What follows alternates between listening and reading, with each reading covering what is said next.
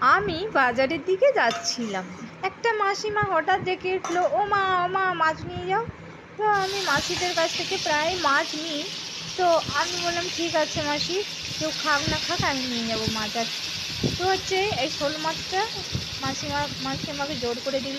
সত্যি মাসিমাকে না মা ডাক শুনে মনটা সত্যি ভালো লাগলো। তো মানে কি বলবো, মা ডাকটা একটা খুবই ভালো লাগে। তো এত খিদে লাগছে এসে যে আমার রান্নাও হচ্ছে না তাড়াতাড়ি। তারপরে কি করলাম, আমি আম ছিল, আমটাকেই খেয়ে নিলাম লাস্টে। তো সত্যি পেটটা ভরে গেল আম খেয়ে। তো অনেকটা পরে আবার খিদে লাগবে, খাবো। তো আমার এই যে মাছের তেল ঝাল দেখো রেডির দিকে। তো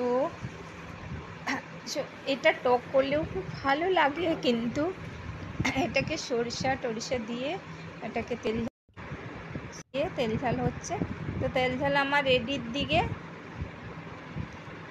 তো সবাই ভালো থেকো, টাটা বাই। তো সবাই ভালো থেকো।